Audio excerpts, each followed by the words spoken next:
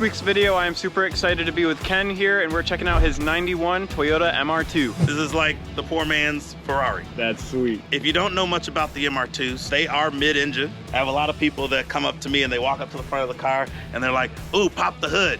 I'm the type of person that will pop the hood and let them stare for a minute confused. And then they're like, pop the trunk. And so this has a trunk. And so then they get even more confused. They're like, where's the engine? It's in the middle. That's hilarious. It's a mid-engine sports car from like the 90s, you know? Mid-engine cars are some of the best handling cars that you can get. And unfortunately, now they're kind of expensive, so they don't make them that way anymore. This is kind of like the pinnacle of engineering for performance, which is why companies like Lamborghini and Ferrari and all those companies still do mid-engine cars today. Granted, they're like 1,000 times more expensive than this car, so.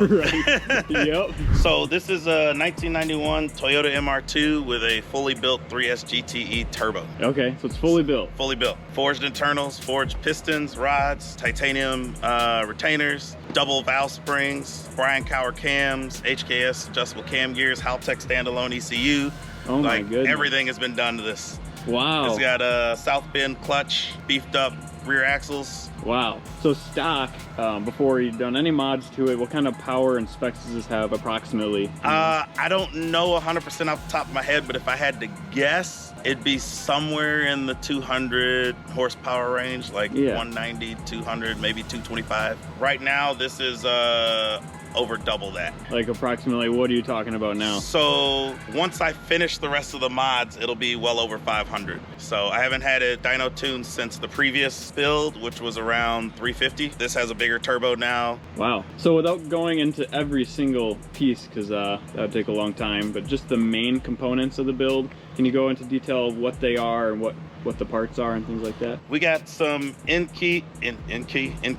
Oh yeah, something like that. Something like that. They're NT07s. We got willwood 4-piston brakes in the front, TRD body kit, AEM gauges, Recaro seats. There's not really much to the build. We got Cusco strut mounts, you know, lots of good bits to make it stay planted. These have a huge issue with like snap oversteer when you're driving and when you're tracking. So, you know, I put in a lot of work into the suspension to make sure to minimize that as best as possible. Sure. So we got stagger fitment with 17s in the front, 18s in the rear. We're running, forgot what size tires in the rear.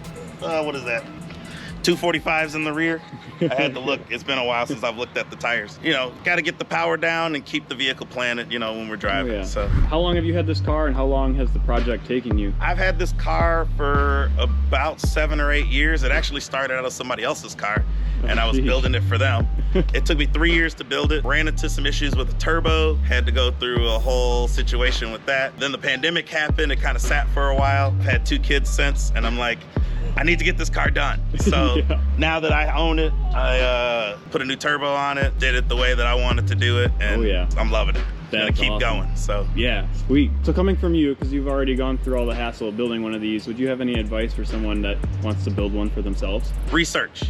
That's the biggest thing. Like anytime you build something that goes way beyond whatever the factory specs are supposed to be, do your research, figure out the weak points, and try to eliminate those because your build is only gonna be as strong as your weakest link or your cheapest part.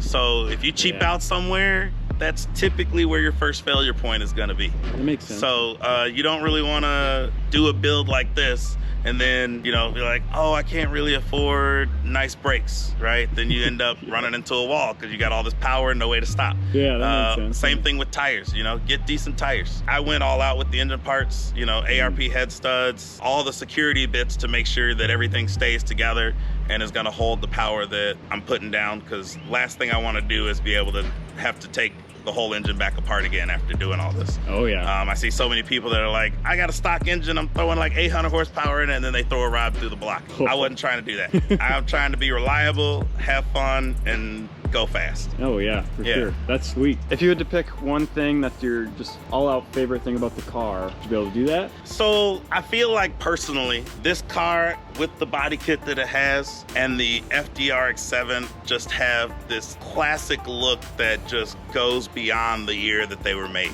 Like this is a 1991 and it looks better than a lot of cars that are on the road, in my opinion.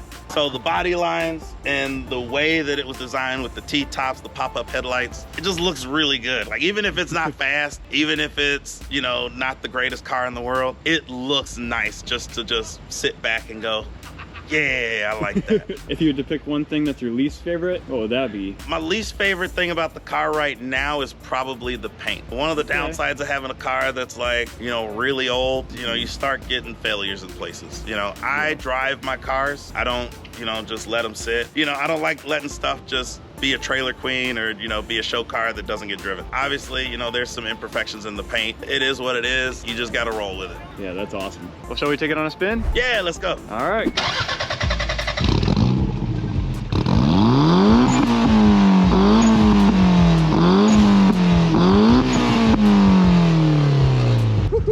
That sounds crazy. It sounds crazy. That blow-off valve is loud. Turbo lag.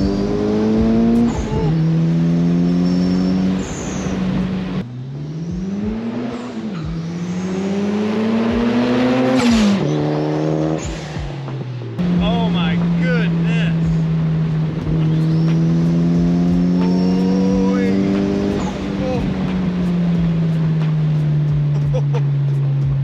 Oh my gosh. Yeah. That's awesome. Oh, that sounds incredible. There's a little bit of turbo lag, but as soon as that kicks in. Yeah, like, that was me starting in second gear. Okay. In first gear, there's not as much turbo lag. Yeah. I just didn't want to spin it in the roundabout. Yeah, that makes construction.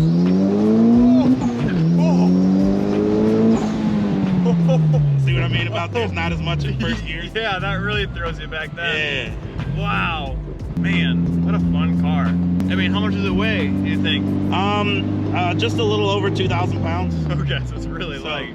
Yeah. So this doesn't have the US bumpers on it that are a little bit heavier. It actually has the Japanese bumpers, so they don't have the, you know, bumper support behind it and whatnot. That's like a couple 100 pounds of weight savings just from taking those out. Wow. The unfortunate thing is it doesn't make it as safe if you hit something, so you gotta kind of be careful. Yeah, that makes sense. What's your favorite gear to do a pull out of? First is just, wow. Yeah, like, so it launches pretty good then. Launch is amazing. With the bigger tires in the rear, it takes a lot to get this thing to do a burnout. Like I have to be really high in the RPM band to get it to do a burnout. Oh yeah. But just straight on the launch, it is great. That's awesome. Is this a second gear pull? Yeah, it's a second gear pull. All right.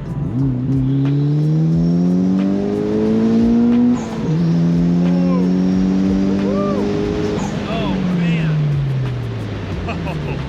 What are your thoughts on the interior in here? You like that? Like pros and cons of the interior? Yeah, so it actually looks really nice. A lot of the older cars that were cheaper had really cheap interiors that were like plasticky. This actually is like vinyl, but it feels almost like leather. It looks almost like leather, even though it's vinyl. Yeah, and it's held up pretty well for being, you know, 30 years old. Actually over 30 years old. Granted, this car only has like just over 100,000 miles on it. The one downside of T-tops is 9 times out of 10 they leak water.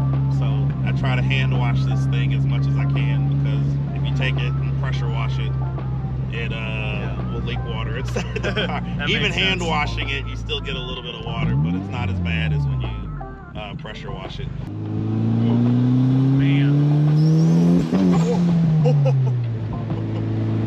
Caught a little boost cut there.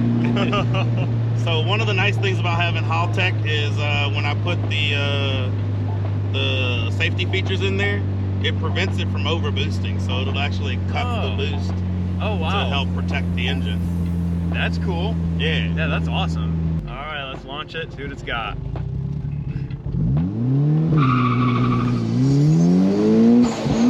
Ah, I missed it. Oh, man. Oh. Oh, that is fast, though. Oh, it's quick. Yeah. It throws you back. That is fun. I can have to do that again. See where I don't miss a gear. See what it's got.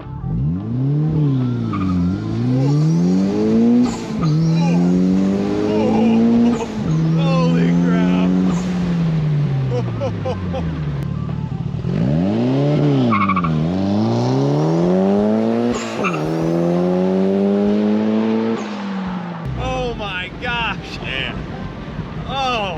no joke. Get a little bit of whiplash there. Yeah.